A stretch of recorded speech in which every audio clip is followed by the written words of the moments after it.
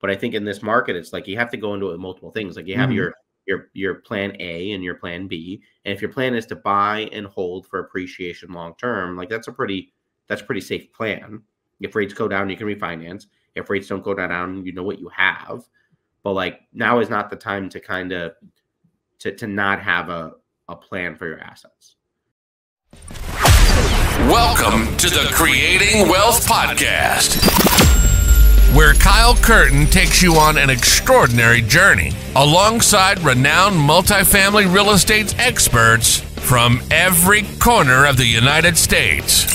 We teach you how to harness the power of real estate investing and witness the transformation of your wealth building strategy. Let's create wealth together. What's up, guys? Welcome to episode 150 of the Creating Wealth Podcast. Today, we get the great pleasure of chatting with Jon Bombaci. Jon is the founder of Candor Realty, powered by 4 Points out of Haverhill, Massachusetts, as well as Simplified Real Estate Solutions.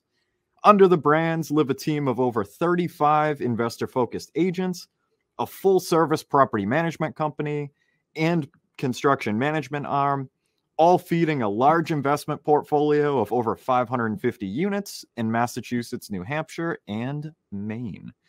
It is absolutely an honor to have Jon on again, especially because the last time that he was on here was on February 8th of 2021. It was episode 18, so it's definitely been a couple minutes. It's been some time, yeah. I can't believe it's been 3 years. I mean, that's nuts. Absolutely, man. A lot has happened in the past 3 years, so I'm excited to kind of jump into that stuff today. So, as always, welcome, Jon, and so finding a good point to jump in. You know, there's a lot, like we mentioned, that's happened over the past couple of years. I like to, leave it open to guests wherever they like to, kind of start their story. Guys, I definitely recommend, checking out episode 18 from a while ago to kind of see like Jon's humble beginnings and, building a portfolio, starting to build Candor and that kind of thing. And then probably watching this one right after to see the next phase. So yeah, the floor is yours, my man. So I mean, I guess since then, right? So since then, I mean, I think you had me on when we bought a big property in Lowell. It was like a 130 unit building.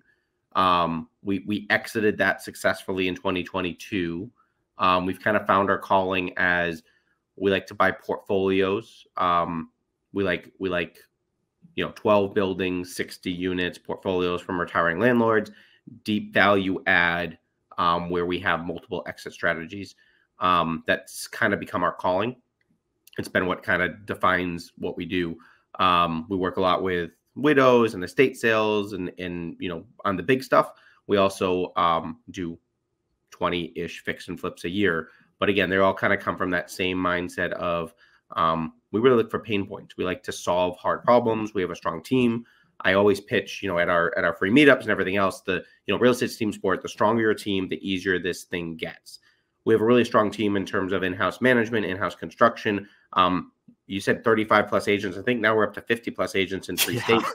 Like we kind of use the whole team to say, hey, give me the 15 worst buildings in a city and we'll figure it out. We'll go through, we'll fix them up. We'll manage out the bad tenants and then we'll list the properties that are worth more to other people on MLS and handle everything in-house. And that's kind of been our secret weapon is essentially, what can we do in-house that other people struggle with? And then focus on finding those projects. Yeah, no, that's awesome, man. Absolutely. And especially having, a lot of that vertical integration to be able to take on, some of those projects that a lot of people might shy away from, or maybe not necessarily have the capability to take on, to that effect. Yeah. It's like, we kind of find ourselves in the thing. We don't want to compete with the big guys on the 100 unit plus buildings. Cause frankly, they'll eat our lunch. And then we're a little bit too big to go after like a 4 unit buy and hold. And so we like to kind of compete in the middle, the portfolios, 30 to 100 units that the big guys don't want to deal with. And the guys that are still learning the industry either don't have the capacity or don't have the confidence to go after those type of portfolios. Yeah, it sounds like it makes a lot of sense, you know. I mean, especially from you know, kind of seeming like a sweet spot in a way. You know, it's exactly like you said, avoiding those, you know, big institutional guys that have more money than God. Um, you know, and still being at that point, uh, you know, with a much larger level of sophistication and you know, type of project and stabilization and that kind of thing over, you know, some of the projects that you did kind of earlier in your career on the smaller stuff. Mm-hmm. Yeah, no, it's good. Current market's a little bit weird, but we're still finding opportunities. But it's a little bit hard out there, which I'm sure everyone's kind of experiencing on their own. Yeah, no, definitely. And that was something that I definitely kind of wanted to pick your brain for everybody out there today is like, I mean, especially, and you could go anywhere with this question, man. How are you currently navigating the current economic climate, like with rates where they are?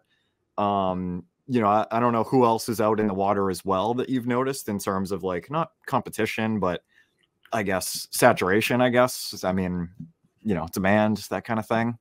Have you guys kind of been navigating, picking up more assets? Yeah, so so the buy and hold stuff is hard. It's hard to find stuff that is good with the interest rates way that they are. I mean, sellers just aren't, they're not caving on price yet. The lending environment's getting a little bit weird, but from our experience, the lenders are cutting a lot of people that have expiring mortgages or expiring rates. They're cutting them breaks. They don't want to see defaults. They don't want to cause pain. And so like we're not really seeing a lot of stress from the financing side from current owners. And so like a lot of the big guys, a lot of the larger portfolios, I mean, they're just waiting it out. Even if they want to sell, they're just saying, you know, I want my price. If I can't get my price, I'm just going to wait. And there isn't really much motivation not to. I mean, rents are up, delinquencies are fine. You know, I think we might have an affordability crisis out there based off of how quickly rates are, you know, rents are moving up. But as of right now, I mean, on the management side, you know, we're getting very sticky lease renewals, very high rents. Portfolios that were underperforming are starting to perform very well now with 2 years of rent increases. And I think a lot of the guys are realizing that really the only people that are selling, from our experience, are people that don't have a choice. They died. Like it's estate sales, it's widows, it's family that are, you know, getting rid of dad's portfolio or the uncle's portfolio. Like we're not seeing very many opportunistic sellers. We're basically seeing, you know, the deals that are out there that people are willing to negotiate on. You know, you're essentially negotiating against a ghost for all intents and purposes. Yeah, no, it makes a lot of sense. You know, I mean, exactly. I mean, because everything else is kind of going well, especially if you're at fixed debt from, you know, even like a couple of years ago. Like, why get rid of anything, you know, unless you physically have to, you know, for XYZ reasons. Yeah, you're not going to sell something at a 3% interest rate to buy something at a 7% interest rate, right? If you have a lot of trapped equity and you have an opportunity, like maybe, but for the most part, like people are just kind of hanging out and waiting. I think one thing that's going to come to fruition is I think everyone's hoping that rates are kind of going to come down. But I mean, based off of the last reports, based off what we're seeing, based off what the Fed's talking about, like if the rates come down, it's going to be very, very brief, you know, going into the fall for political reasons. But I mean, there's no real reason for rates to decrease at this point. Inflation's scary. Job reports are strong. The real estate market is surviving. So like when we were kind of thinking about 2024 back in January, we were hoping rates were going to be back in the fives, and it seemed promising in January and February that was going to happen. Now, like, I mean, a lot of people are kind of saying like, hey, I think rates are kind of here to stay. If they decrease, it's going to be relatively minimal. But there's no reason for rates to decrease at the current moment. The market's surviving, and inflation's a little scary. Yeah, no, 100%. And I mean, to your point earlier of like, you know, fair market rents and stuff like that jumping up so much, you know, it definitely kind of adds a little bit of a cushion in there in terms of, you know, things kind of making sense in that arena in some sort of way. Yeah, I mean, 10, 15%, sometimes more, depending on the market and the bedroom size. Like, yeah, rents are up, and we're worried about, you know, if people can actually afford rents. Yeah. But right now, you know, everything's holding together from what we can tell. Yeah, it's definitely incredibly interesting. I mean, even the ones that, I mean, there's a good amount of them that stick out to me, but especially Leominster's, like HUD fair market rents. Like I have a hard time believing it. Like, you know what I mean? It's like, I mean, it's out there, it's happening. Like it's not like it's not, but it's just like some of the, you know, the numbers that are getting thrown off, like, you know, $2,000 for a 3-bed in Leominster. I'm like, man, I don't know. But HUD'll pay it. Section 8 will pay it. So like, Exactly. Why would you rent it for anything less? Yeah. Let me ask you this, man. Do you, in terms of when you underwrite, right, be it, you know, something smaller, be it something a lot bigger, do you underwrite, especially right now where things are a little kind of quirky in the overall scheme of things, do you like to underwrite your like top achievable rents conservatively, or do you, you know, kind of, where do you kind of like to stay on that spectrum? Like, you know, do you typically like to use like HUD rents and, you know, just kind of stick to that? Or do you maybe make them a little bit lower, you know, to make sure that they're achievable and, you know, that kind of thing? Yeah. So, I mean, normally we run the numbers 3 times. So we run the numbers as is to see how it's performing today. What are we buying? And is what we're buying worth what we're paying for it? Then we run it at market value, right? Which is what do we think you can get stuff for? And that kind of tells you opportunity. That's the opportunity that's here. You don't want to pay for your market rate on your price. You have to look at, hey, what is it today? That's what I'm buying. What is my opportunity? This is the opportunity. And does that excite me? And then we run it for what is our 12-month business plan? Nice. And then we operate off of the 12-month business plan because that's the goal, right? So, you know, for example, if we're buying a 10-unit building, it's got centralized heating. If our business plan is to separate the heating and put that back on the tenants and do everything else, then our operating model, our pro forma and our plan for the building is going to revolve around the plan of spending $150,000 separating the heating system. And then what does that do to the rents? Are we going to bring the rents to market value and try to force tenants out? Are we going to be dealing with evictions? Or are we going to say, hey, we're going to, you know, you're $500 below market, so we're going to increase you $200, but now heat is no longer included, and see what happens. And if someone leaves, we know we can bring it up. If someone stays, then we feel good about the number. But it essentially comes down to the business plan. Every property is different depending on what the business plan is, but it's what is it today? What is the opportunity in market rent? And then the important one is what are we going to do to the property and what is our expectation? Yeah. I love that, man. I forget who I was talking to recently, but they were talking about like the same type of thing about, you know, picking up a vast majority of those types of assets, you know, where the heat's common, you know, one boiler, whatever, like everything's landlord expense in that kind of capacity, and picking up, you know, some of those kind of buildings and separating everything. And, you know, I shouldn't say instead of, but as a dominant factor to drive up the value of driving the expenses down, you know, by doing things like that, like separating the heating and stuff like that, you know, dropping that line item from the landlord's books and, you know, being able to throw in the value that way instead of trying to like juice the shit out of the rents, you know, if they're already, you know, relatively close to, you know, to market. Yeah. I mean, the problem with centralized heating in New England is it's very easy for residents to abuse that. Yeah. Right. And so like, you know, I mean, you know, we have a $20,000 a year oil bill, and it's like, well, if we put that back in the tenants, it's probably only going to be $10,000 a year because, like, if they're paying for it, it'll get managed a little bit differently. And so part of it is, you know, one, there's an expense component to it, and then 2, there's a human aspect to it where it's like, you know, if you can convert these buildings, like the building will be better off for it, and the consumption will be less if the residents have control or if they're penalized for abusing the heating system. Exactly. It's interesting too, without going into too much detail. There's a resident that I know of in a friend of mine's building who is on Raft. And, you know, if you guys out there that might not be from around this area, might not be familiar, it's, you know, it's one of the like government, you know, assistance programs, housing programs, that type of thing. And, from what my friend was telling me, like she's having a pretty hard time because of, you know, the rents exactly are, you know, pretty not like unsustainable, but they've gone up a decent amount over the past couple years. That tenant's been there a few years.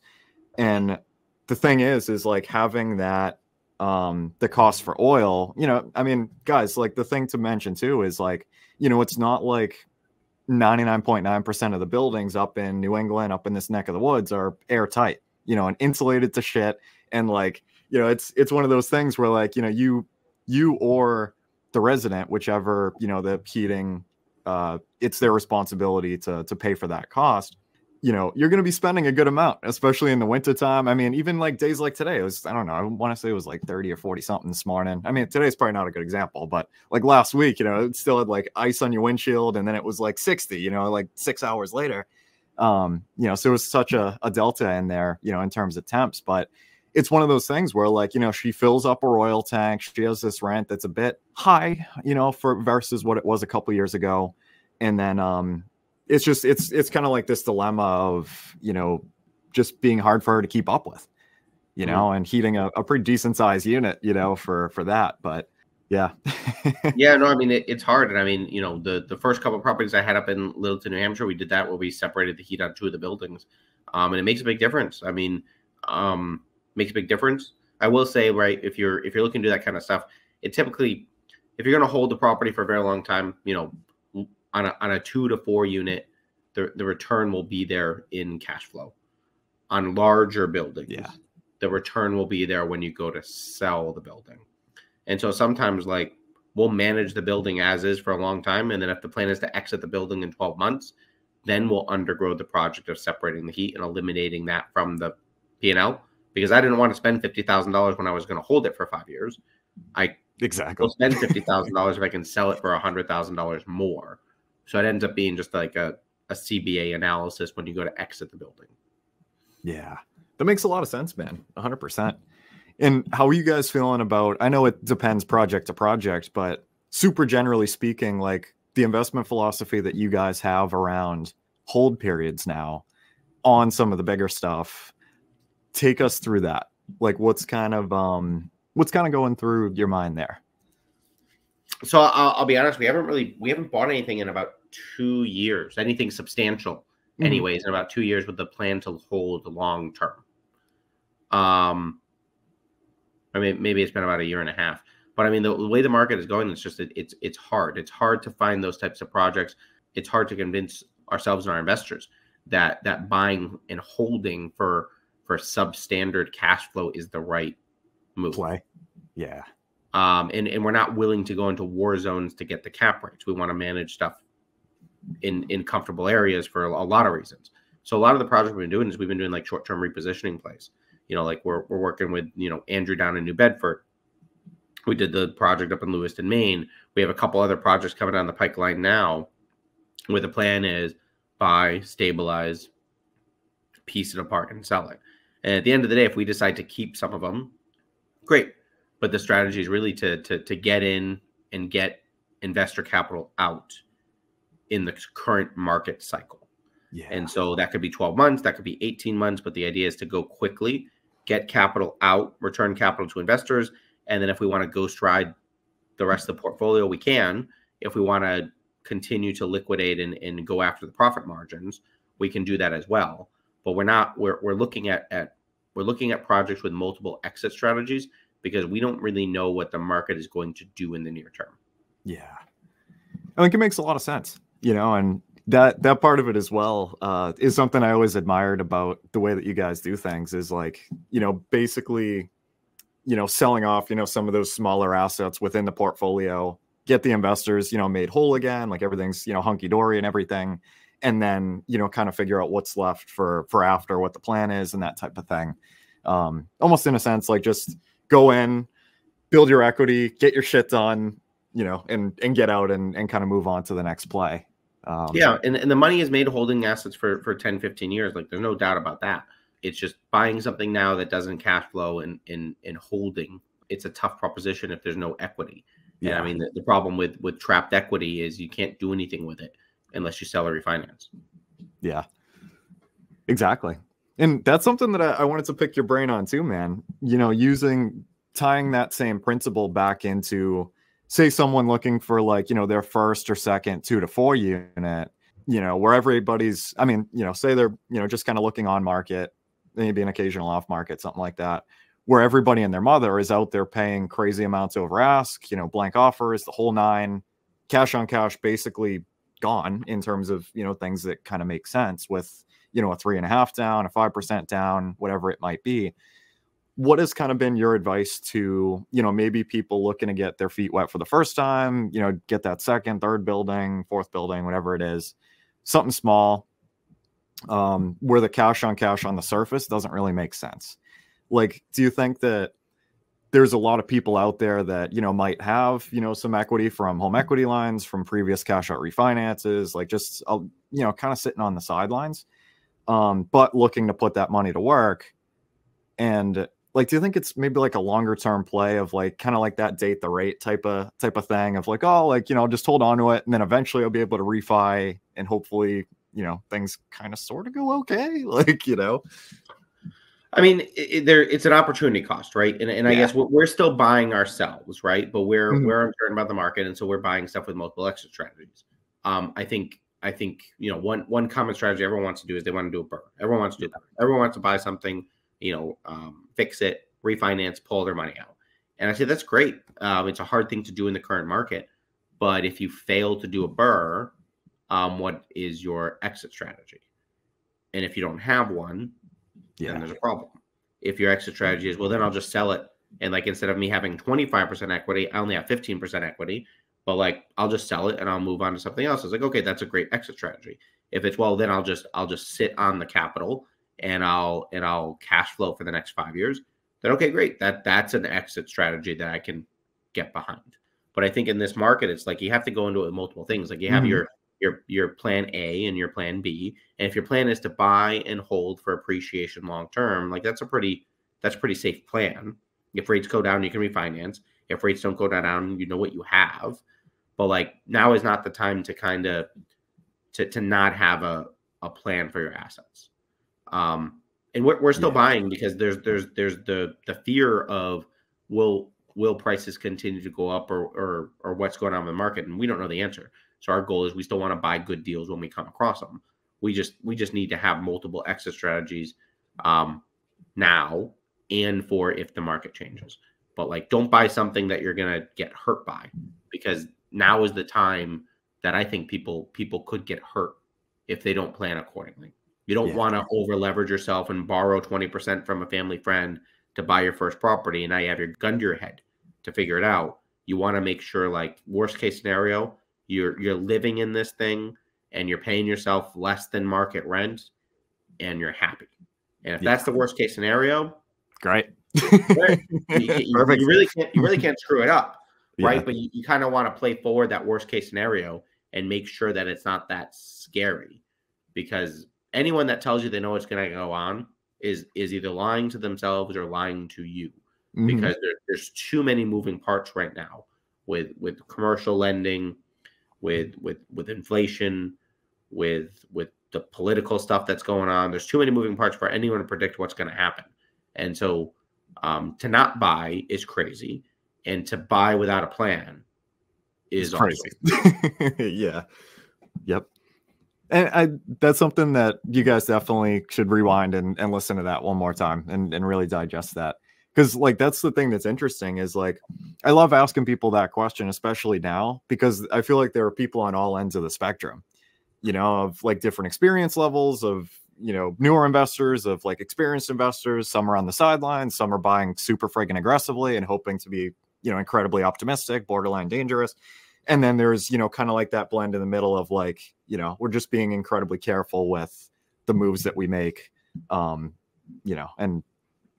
definitely, really thinking about that, the risk, tolerance at the moment.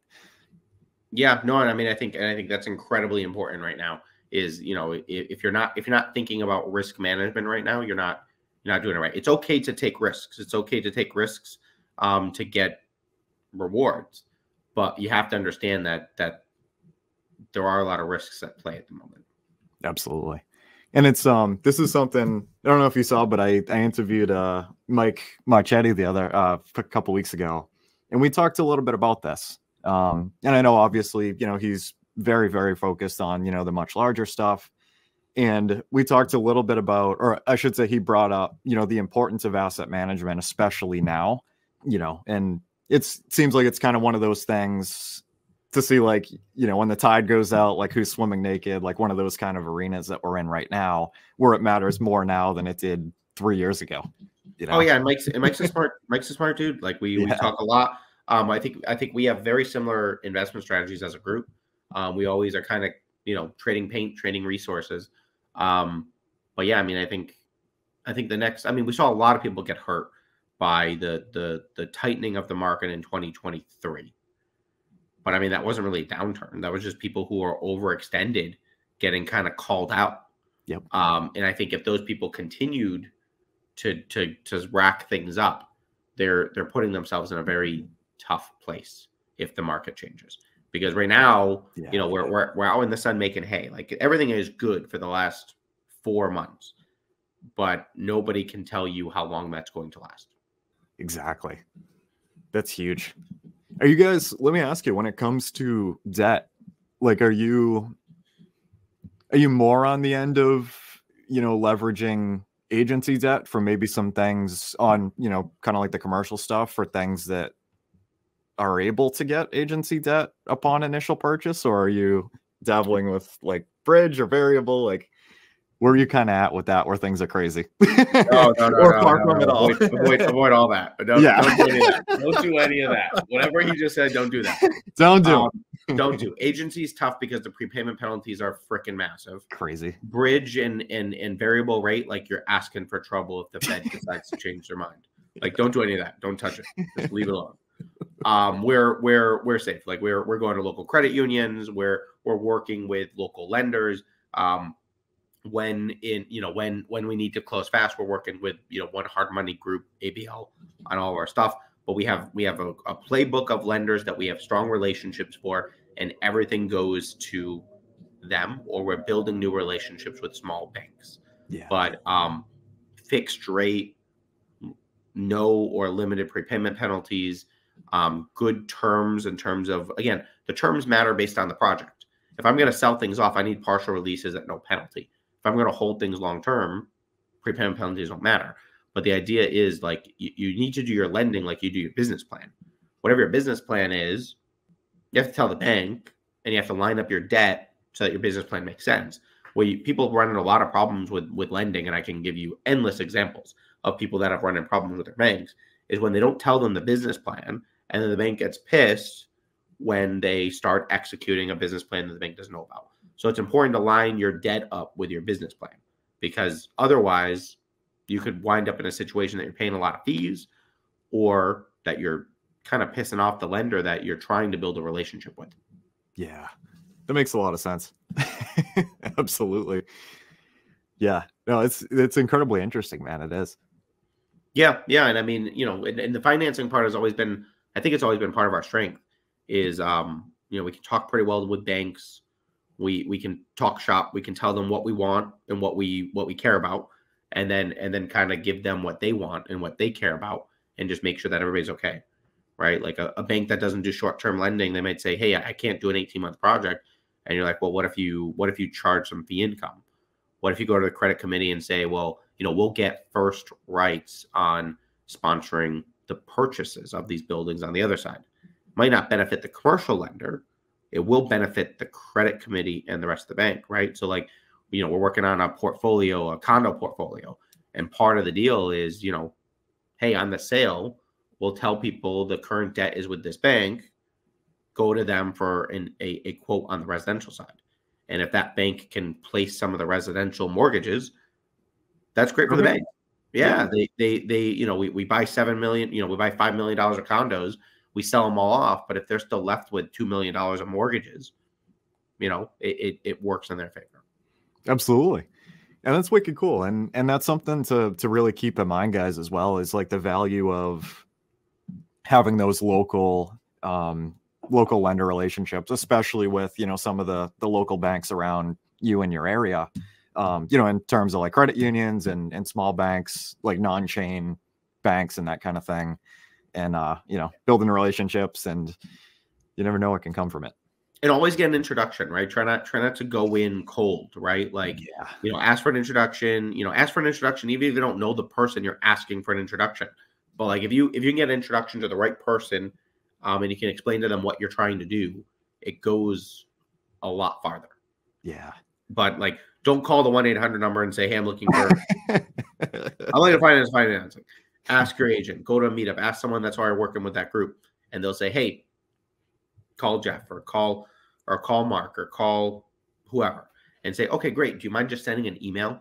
And then that's your way in, right? Yeah. Like, hey, do you mind just sending an email between the two of us and I'll take it from there? Don't have to say anything, but just make the introduction.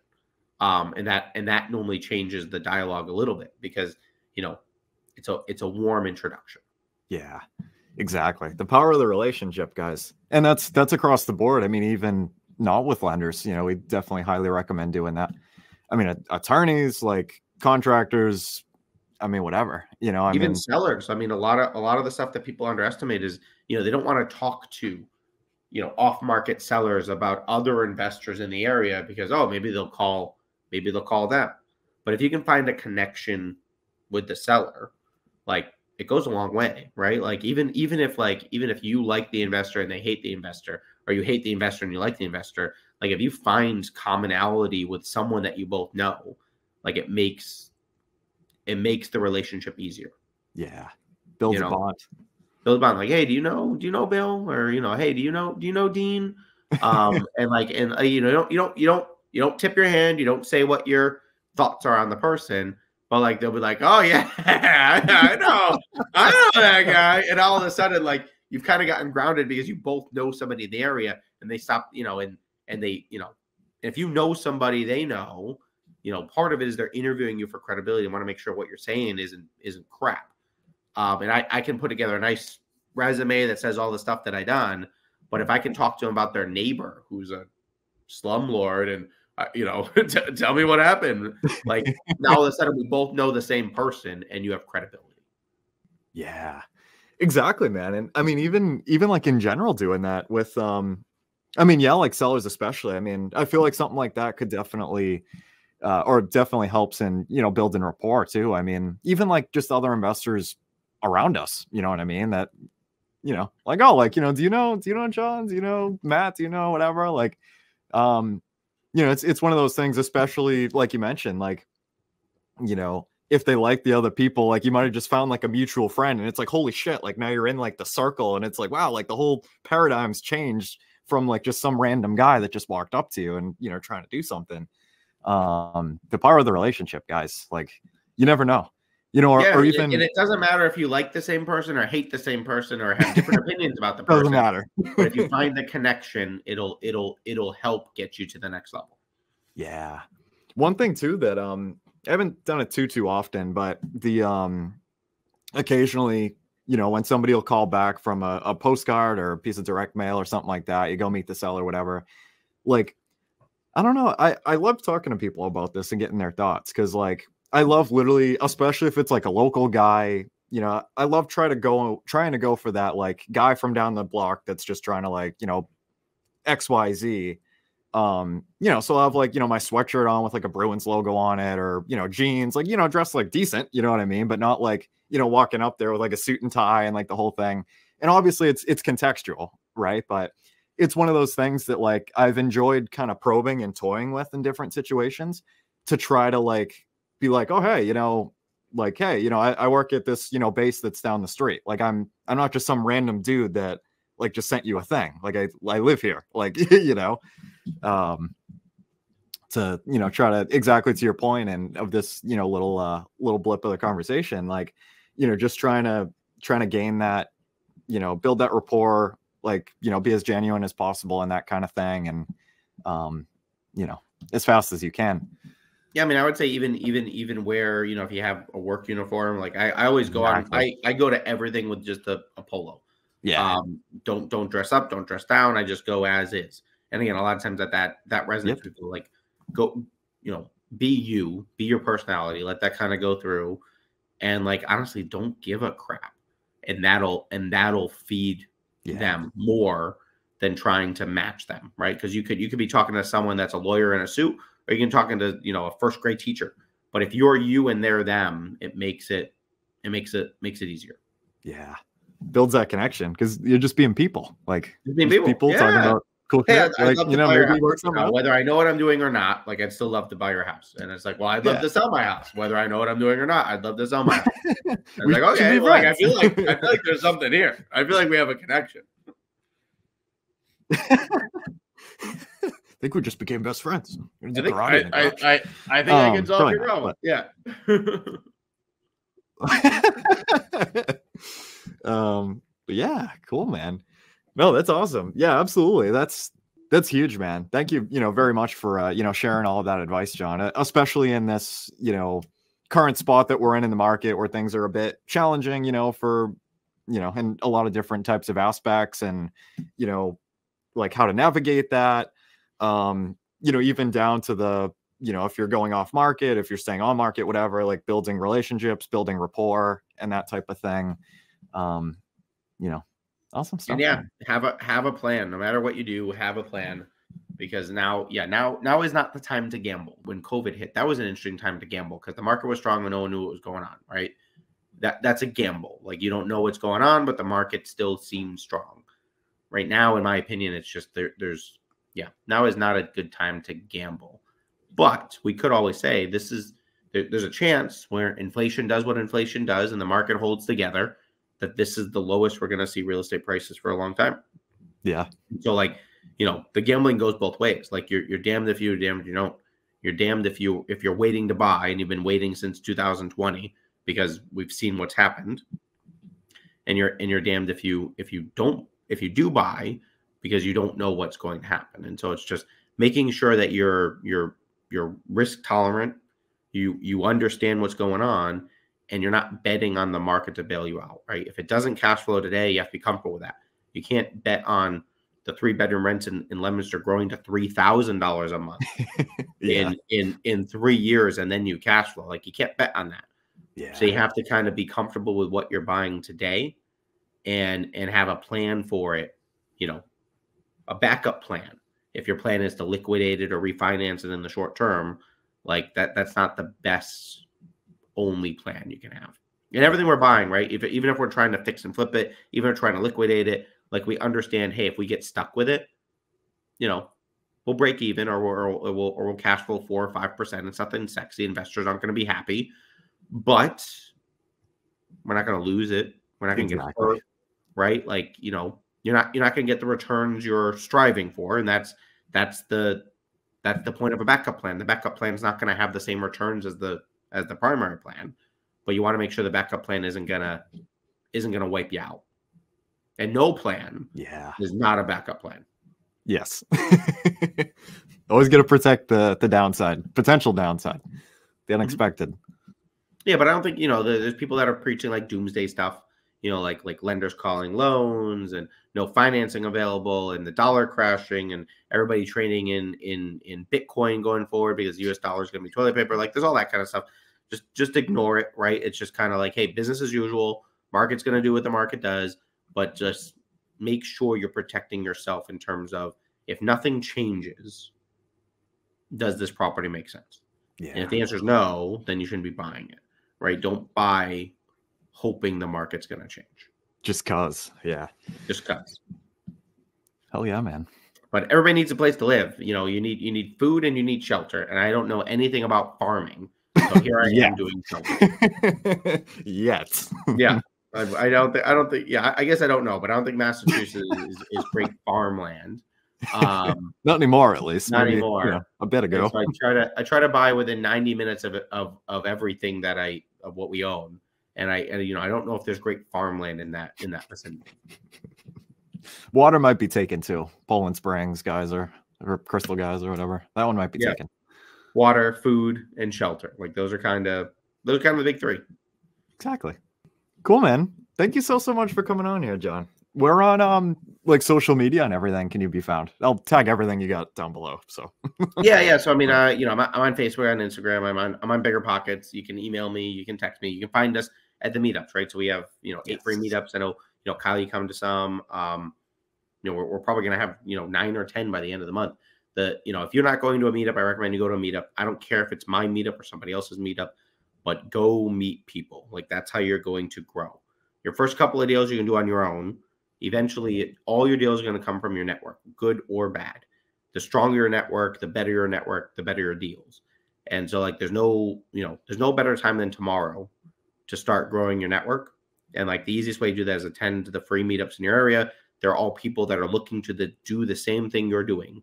And so it's a very easy conversation because you're there for the same reasons. Yeah, 100%, man. Absolutely. And we could go into a whole nother soapbox, guys, about, the benefits of, meeting people, especially from, meetups like Candor's and, and that type of thing. But that's the other thing too, man, is like, it's, I mean, there's definitely the deal component, and contractors, relationships, that kind of thing that can come from it as well. But also like the support and, that type of thing. When you come up with some of those weird situations and that random deal that you're doing and like, you don't know what the hell's going on, being able to have, that person and people to be able to go to, and give a buzz to get advice and, talk you off the ledge and that type of thing, for those kind of situations is huge. So go out there and meet some people. Yeah. And even if you have the best agent in the world, right? And we do have some really good agents, but even if you have the best agent in the world, you're doing due diligence and something's going to come up and you're going to wonder if you're being lied to, or if the person's after your sale, or whatever, or you're just missing something. And having someone else to call is critical. And I'm sure anyone listening to this can probably call you, right? Like, whether they're using you as an agent or just looking for advice. Like, I'm sure anyone listening to this can call Kyle Curtin and he'll pick up and tell you exactly what he thinks and not sugarcoat it. Yes. And it's good to have resources like that in your network, because you never know. I mean, even today, I'm a mildly sophisticated investor. I looked at a condo project in a market that I knew nothing about. So instead of saying like, nobody look at my property, I don't want to share my address, I don't want to tell my business plan, I hopped on the phone and called 3 people that know that market better than I do. Told them the address, told them the plan, told them the price point, told them the seller's motivation, told them everything, and was able to figure out if I was missing something or not. And like, more people I talked to, the more confidence I had around the project. But where people get burned to this industry is they're like, I don't want to tell anybody about this super secret deal. And then 3 days after closing, their friend calls you and says, are you a freaking idiot? Like, and it's like, and call your friends early, tell them all about it. Maybe you lose a deal here or there by someone that snakes you and screws you over. But guess what? Like, they shouldn't have been your network to begin with. Don't call them again, right? But like, the risk of missing something is far greater than you losing a potential deal. And so like, even me, like, I get something under contract, like I put it out on social media. I post photos of the property saying, hey, doing this walkthrough. It's not because I'm trying to brag. It's not because I'm trying to show everybody that I'm buying this big thing. It's because I'm trying to shake someone loose that says, hey, I know that property. And they call me and they say, did you walk this property? And like, they talked to the seller 12 months ago. They have a story. I post things on social media to drag people out of the network to say, I know that building. Yeah. And they can tell me something that I don't know. But like, that's part of it. And then I call the market experts that I know and say, hey, I'm trying to do a condo conversion in this market. Can I sell these things for 300 or 350 or 400? And they're like, 400 is a stretch. You can't sell it for 400. It's like, great, I'm carrying 300 on my balance sheet. Does that make sense? Like, yeah, no problem. But like, don't go alone. Yes. Put out your network. And if you don't have a network, put it up on Facebook. Just don't do anything stupid that's going to get you in trouble. But I promise you post a photo from the roof of a building, and someone's walked that building before, they're going to realize what building you're at, and they're going to reach out, either good or bad, because like, it doesn't take much in this industry to recognize what other people are doing. Yeah, 100%, man.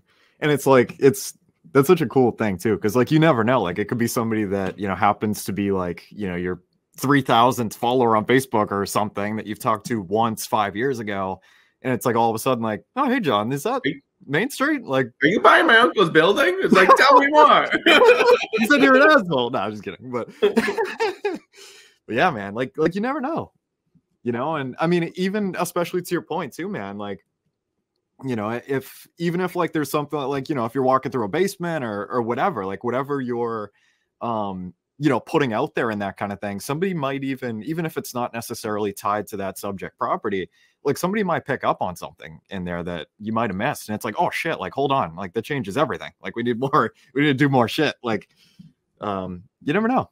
Just Hey, what is this? Yeah. Does anyone know what this is? Yeah. Those posts don't get a lot of traction. And then, sometimes they uncover something that you missed. Yeah. Or they're hilarious and they make your day because of the comments. Yeah. But, if you guys want to see that stuff, come to Facebook. Come to Facebook. But cool, man.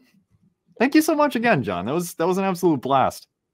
Yeah, no, thanks for having me back. It's been a minute, but I'm happy to be here. And then if you're looking for other perspectives, I'd say, reach out to my partners, reach out to Matt, reach out to Todd.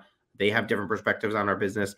We all do different things. We kind of subdivide it accordingly. I spend a lot of time on strategy. I spend a lot of time on finance, which is kind of what we talked about.